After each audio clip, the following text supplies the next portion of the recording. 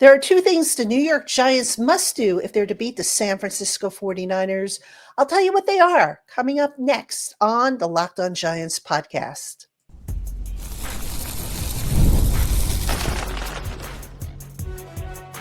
You are Locked On Giants, your daily New York Giants podcast. Part of the Locked On Podcast Network, your team every day. Hello, New York Giant fans, and welcome to another edition of the Locked On Giants podcast, part of the Locked On Podcast family, your team every day. I'm your host, Patricia Traina, credential member of the New York Giants media for Locked On, as well as for New York Giants on SI, which is where you can find all of my written work. And as always, welcome on into our Blue Crew community members, our everydayers, our newcomers, and everybody in between. Thank you so much for spending part of your day with us here on the Locked On Giants podcast. And today's episode of Locked On Giants is brought to you by Mazda. Like our players, we sweat every detail because when you make every move count, pulling off the unexpected is only the beginning. Mazda, move and be moved. All right, Giant fans, on today's episode, we're going to take a deeper dive into some of the statistics and the trends as the Giants get ready to host the San Francisco 49ers. So in segment one, I'm going to look at a key matchup, which is the 49ers passing offense against the New York Giants pass coverage on defense. In segment two, we'll take a look at the run defense of the Giants, which has not been very good, against Christian McCaffrey and company on the rushing side for the 49ers. And then in segment three, we're going to shift gears just a little bit.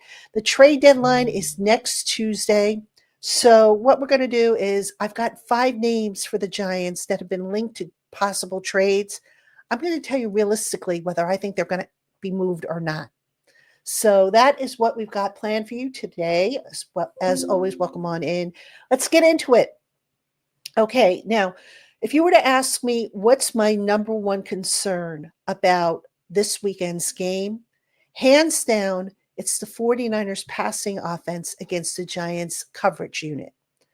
The 49ers come into this game with the second best passing offense in the NFL.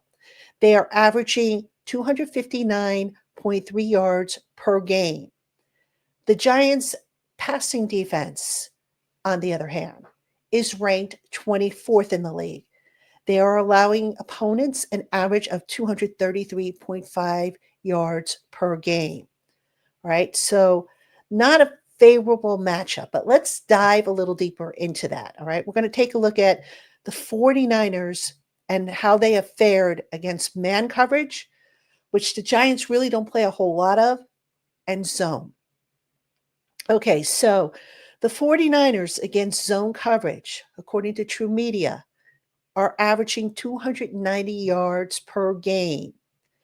That's altogether, that's run and pass. In the passing department, the 49ers against zone coverage are averaging 213.4 yards per game. Pretty decent. Now, in man coverage, altogether, the 49ers averaging 47.4 yards per game. And from the pass, 36.3. Right, so the 49ers see a lot of zone coverage. At least they had this year. They also like to run a lot of slant and crossing patterns. According to True Media, the 49ers have run slants on 26 occasions this year. That is the third most in the NFL. They have a 73.1% completion rate when they run a slant, which is tied for second. And they are tied for second in the NFL in terms of forced defensive pass interference calls with 7, right, based on those slant patterns. Incidentally, they're behind the Giants, who lead the league with 8. So the 49ers have a lot of success with those underneath passes and picking up yards after the catch. All right, now let's take a look at the Giants, because the big thing here is going to be yards after the catch on those slants and crossing routes. The Giants defense, when they are in man coverage, they are 26 in yards after the catch allowed and they are 24th in terms of completion percentage. When they play zone, not a whole lot better. They are 23rd in yards after the catch allowed and 22nd in completion percentage. Now, here's the problem with the Giants' defense. They're likely going to be missing Paulson Adebo, Cordell Flott, Art Green, Javon Holland. Okay, so that's 4 guys right off the bat probably won't play from that defensive secondary. That's a concern. So I would not be surprised if the majority of the coverage is going to be zone. Even though the Giants haven't been great in zone coverage, when you have a young and an inexperienced defensive backfield, zone coverage is kind of the way you cover that up. But there's a caveat. These guys have to be disciplined. They have to be communicating so that when they have to pass the guy off to another zone, the guy knows that the receiver incoming is coming his way. And they can't be too much of a, too anxious, I guess is the best way to put it. And by that, I mean, you see the ball coming, it would be great to get an interception. I think all defensive backs would like to get a turnover. But don't go for a turnover when a pass breakup will do, right? Because sometimes when you go for the turnover, you take a bad angle, you miss, and then the receiver's off to the races. And we saw that actually last week. So the Giants, I'm not going to lie, I'm a little concerned about that matchup. Actually a lot concerned about that matchup. The 49ers, I think the quarterback this week is going to be Mac Jones. I don't think Brock Purdy is going to go, although I've read that he could be a game time decision. But the zone coverage, the Giants have struggled at that. And that is the basic core of their defense. And if they're struggling with that, then what chance do they have? Well, if they're on their P's and Q's and they cross the T's, dot all the I's, they should be okay. But too many mistakes get made. We see too many bad angles. We see guys who are maybe too deep in their zone or too far to the side or whatever. And the receivers find a way to find the soft spots in the zone, settle in, and make the play. So that's what the Giants have to guard against. Now, whether they can pull it off remains to be seen, but that is a big concern of mine for this game. I am expecting the 49ers to really, exploit the underneath zones in the passing lanes. The Giants, I think, will counter with a lot of, zone coverage. Like I said, given all the injuries they have, discipline is the name of the game. And we'll see if those young guys have it together and can be disciplined in their play. All right, Giant fans, coming up next, we're going to talk about the run defense. And it's not pretty, but we're going to talk about it anyway because it's also a key to the game. It's coming up right after this. Hey, Giant fans, Mazda crafts cars for those who do more than simply move. Mazda delivers confidence with every ride with more IIHS Top Safety Pick Plus awards than anyone else as of August 2025. You can make everyday drives feel like anything but, from the smooth handling to intuitive controls. With all-wheel drive standard in every crossover SUV, you can drive with confidence through almost any season. Like our players, we sweat every detail because when you make every move count, impossible becomes irrelevant. Mazda, move and be moved. Hey, Giant fans, the NBA is back, and there's no better place to get in on the action than FanDuel, the official sports betting partner of the NBA. Even if you missed the start of the game or want to ride the hot hand, FanDuel has live bets on everything from who will score next to fourth quarter comebacks. Plus, you can even combine your live bets into a same game parlay for a shot at a bigger payout. It keeps every game exciting, especially when your team's making that late push. Right now, FanDuel is giving new customers $300 in bonus bets when your first $5 bet wins. So head to fanduel.com to sign up and play your game with FanDuel, the official sports betting partner of the NBA. All right, Giant fans, welcome back to Locked On Giants. I'm your host, Patricia Traina. Coming up on the Locked On Giants podcast, we will, of course, have the takeaways from the Giants 49ers game on Sunday. So that is scheduled to be Monday's show. We'll actually drop that on Sunday. And then, as I said, Tuesday is going to be the trade deadline. So if anything breaks, we will obviously have that for you. And I think what I'm going to do is I'm going to try and wait as long as I can on Tuesday to give you a new show, just in case something happens. You never know. I don't think something's going to happen, but I've been wrong before. I'm sure it won't be the first time. It won't be the last time. So we'll see. All right. And if we have a lot of action that day, I will have emergency podcasts for you so that you are up to date on everything. All right, getting back to today's topic. And in this segment, we're going to talk about another big key to the Giants possibly winning their game against the 49ers. So this one's a big one, stopping the run. Now, so far, folks, the 49ers rushing offense hasn't been very good. But what did we see last week? We saw an Eagles running offense that wasn't very good, and they got their get right game against the Giants defense. And Shane Bowen, the defensive coordinator, actually spoke a little bit about that on Thursday, about what's going on and all that stuff. And so we'll get to that in just a moment.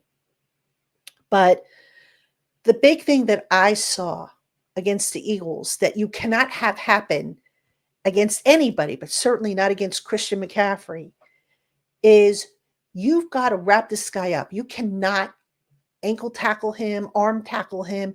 You got to wrap him up because he will drag you. He will force missed tackles. And if you're not taking smart angles, if you're not using proper technique, you're going to get embarrassed out there. All right. So let's take a look at what the Giants have done in that area in terms of how good their tackling has been.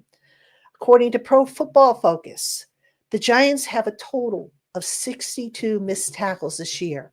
Of that, 41 have come against the run. Over the last 5 quarters of play, the Giants have had a stat in which 29 of their initial defenders against a runner or a ball carrier have failed to make the tackle. That is tied for 12th most in the NFL. And that's just over the last 5 quarters, not the entire season. 29 basically missed tackles or failures to bring the runner down to the ground. That's not a good stat. All right.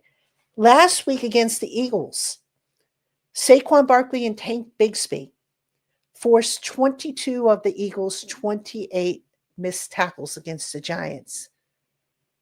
Not good. Can't have a repeat of that, obviously. So what about Christian McCaffrey? Well, again, he's not having a typical Christian McCaffrey year, but so far this year, he has 23 missed forced tackles, which is, and he has 275 over his career on 1,592 rushing attempts, or an average of 1 missed forced tackle for every 5.78 rushing attempts. McCaffrey before contact, 150 yards rushing, 340 after contact. And he's only had 32 runs with 0 or negative yardage. All right, that's this year. All right, so what do the Giants need to do to contain this guy? A couple things. Obviously, tackle better. That has been a problem. Bowman talked about that, to which I continue to scratch my head as to wonder why that is still a problem when we're about halfway through the season now. Missed tackles, I mean, they should not be happening in droves. Last week, they happened in droves. That should not be happening right now, but it is. But here's the most important thing with Christian McCaffrey and that rushing offense that the Giants are going to face. They've got to do a better job on the edges because last week, a lot of the rushing yardage came outside of the tackles. So what the Giants need to do, get off your blocks, plug the running lanes, especially between the tackles, control the edges. All right, so how are the Giants doing in guarding the edges? Glad you asked. According to official NFL stats, runs that have gone off the left end, the Giants are allowing an average of 9.24 yards, which is dead last in the NFL. Over on the right end, 6.21 yards. All right, that's 21st in the NFL. Is it any wonder that the pass rush can't get going when the run defense is failing to contain guys, especially coming off the edge? All right. If you're giving opponents second and short, third and short, you're not going to be able to pass rush at will. And that is what's happening with the Giants' run defense. It just has not been very good at all. I don't have to tell you that. You saw the game against the Eagles. You saw how bad the run defense was. So a combination of the edges not being secured, guys not getting off their blocks to create, to plug up the middle of the running lanes, the run fits from the linebackers, the bad angles, all of that has been a problem for the Giants' run defense. And it's all got to be fixed. Now, while I'm thinking of it, I forgot to mention something in the last segment, and that is the play of the tight end, which the Giants have not done a very good job defending the tight end. This week, they've got George Kittle. The biggest problem that you see up the middle, why the tight end, and we saw it last week with Dallas Goedert of the Eagles, who had, I think, 2 touchdowns. The tight ends are able to roam free because the middle of the Giants' defense, and in particular the safeties, just have not done a good job. They haven't done a good job. And this is actually something we talked about, myself, Jay Berman, Mark Collins, on the Thursday edition of the Giants Squad Show.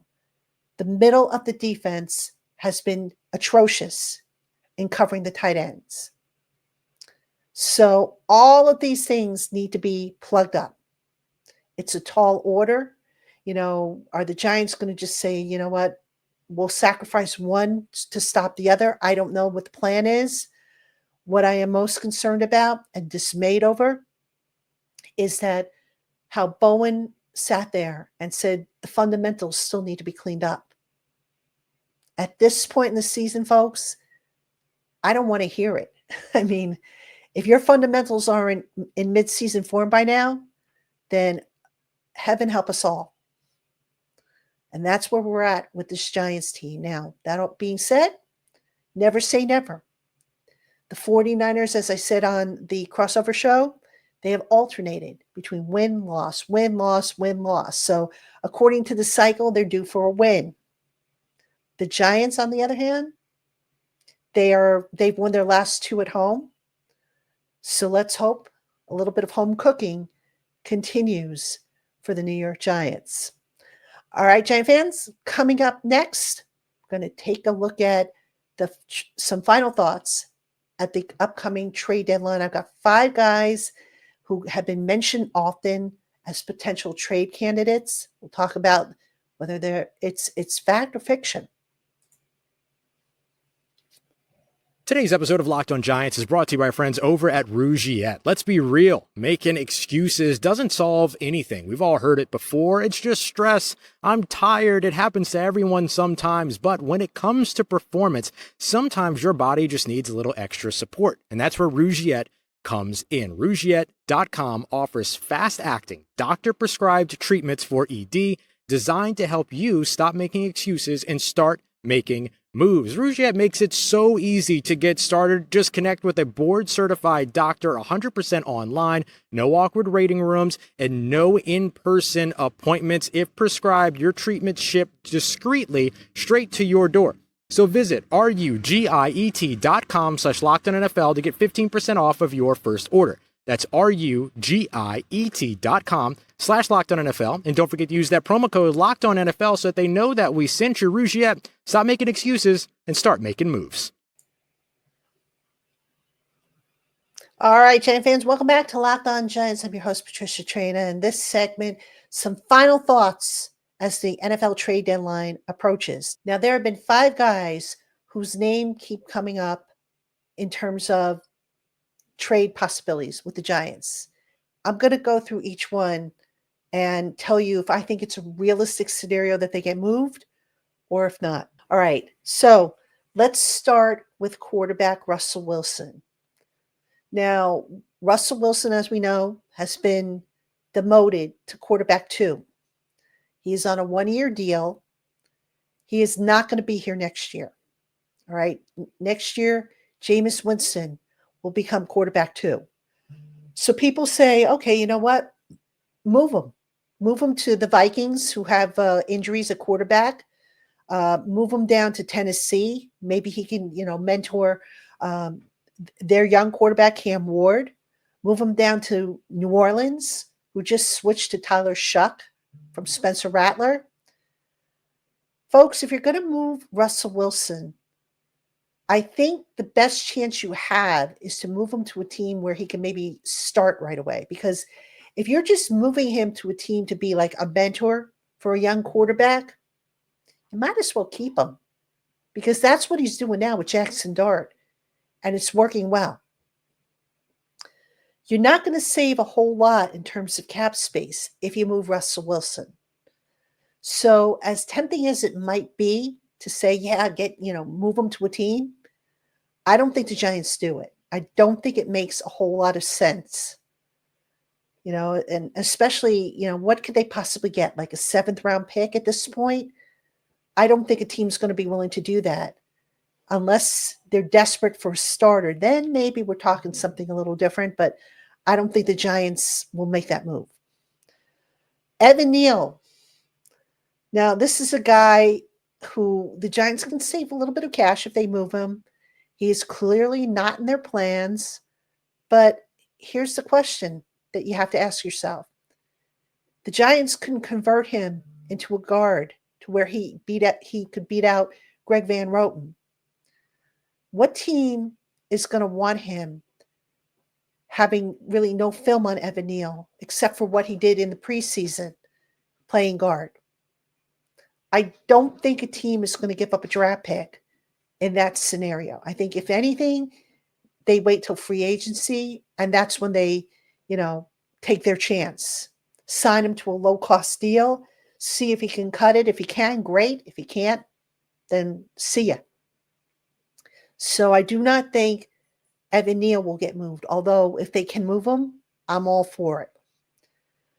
Jalen Hyatt. This is a kid, you guys know I like Jalen Hyatt a lot. He's a nice kid.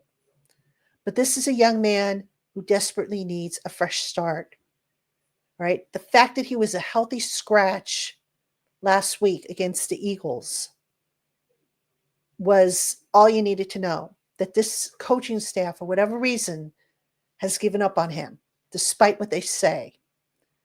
Jalen Hyatt, to me, out of the 5 guys that I'm mentioning, he has the best chance of being moved via trade.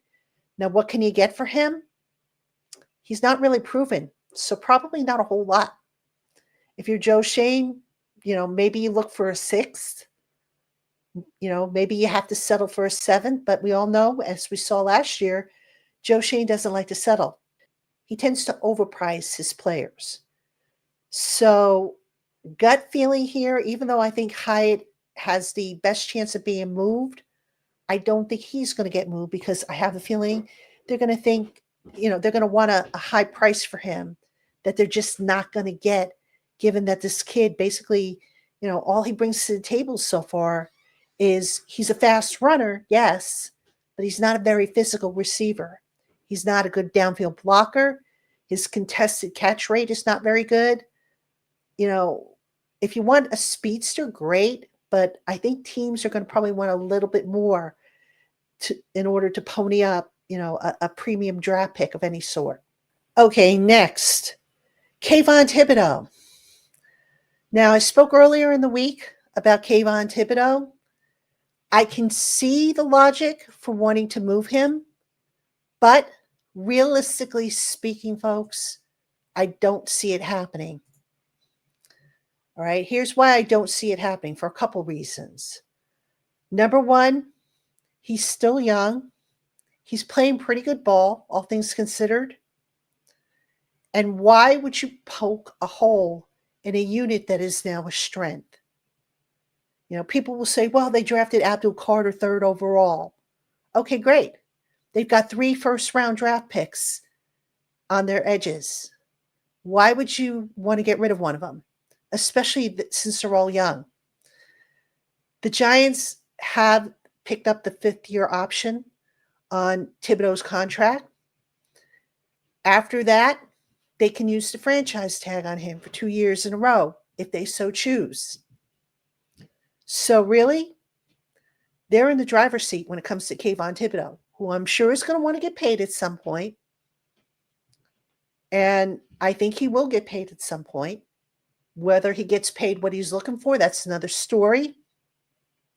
I do not think he's going to get paid like a Micah Parsons or an Aiden Hutchinson, at least not at this juncture. But right now, there's no great priority, if you will, or sense of urgency to move Kayvon Thibodeau. So I do not think he gets traded, even though he would bring back probably the most in return in a trade. And then last but not least, and this one I think kind of died off after the Cam Scatterboo injury, Devin Singletary. Now, some people are like, well, just move up Turbo Miller and just roll with him and Tyrone Tracy Jr. They're not moving Devin Singletary. I don't think they were, even if Cam Scatterboo were healthy. They like Singletary, even though his role kind of like dipped a little bit. His snaps dipped a little bit. So, yeah, I don't see that happening at all. Overall, I don't know that the Giants are going to move anybody. Again, at the best, if I had to rank them from 1 being absolutely to 5 being now no chance, I would say Hyatt, Neal, Wilson, Thibodeau, and Singletary in that order. But as I said before, Joe Schoen tends to overvalue his guys. He doesn't want to just give guys away for nothing. And that is what I could see mucking things up. Now, for those of you wondering, do I think the Giants will trade to acquire help for Jackson Dart? No. I would be surprised if that happens. And here's why. Cost. If you want to get a really, really good receiver, you better be prepared to give up a 2nd-round draft pick or a 3rd at the very minimum. Giants don't have a 3rd-round pick. They're not giving up a 2nd-round pick. There is no way Joe Schoen is going to give up a 2nd-round pick and leave himself with nothing next April on day 2. It's just not happening. Okay, so that being said, here's the other thing. Everybody talks about how Jackson Dart needs help. And, look, he can't do it all by himself, but take this into consideration, folks. Jackson Dart lost Malik Neighbors, a quarter and a half into his first NFL start? He's done okay without Malik Neighbors. Now, he'll do a whole lot better, obviously, with Malik Neighbors on the field. But it's not as though Jackson Dart has struggled without Malik Neighbors. He's made plays. He's led the offense on a few 30-plus point games. He's been good. I mean, he just won NFL Offensive Rookie of the Month. So he's been developing nicely. I don't think the Giants are going to say, all right, you know what? We got to get him a top-notch player right now. I think they're going to wait, address that probably in the draft, because the free agent wide receiver class right now, not very, appealing the way it's shaping up. I think they're going to be patient to get Jackson Dart additional resources to really help his career take off. But for the time being, Dart's doing just fine.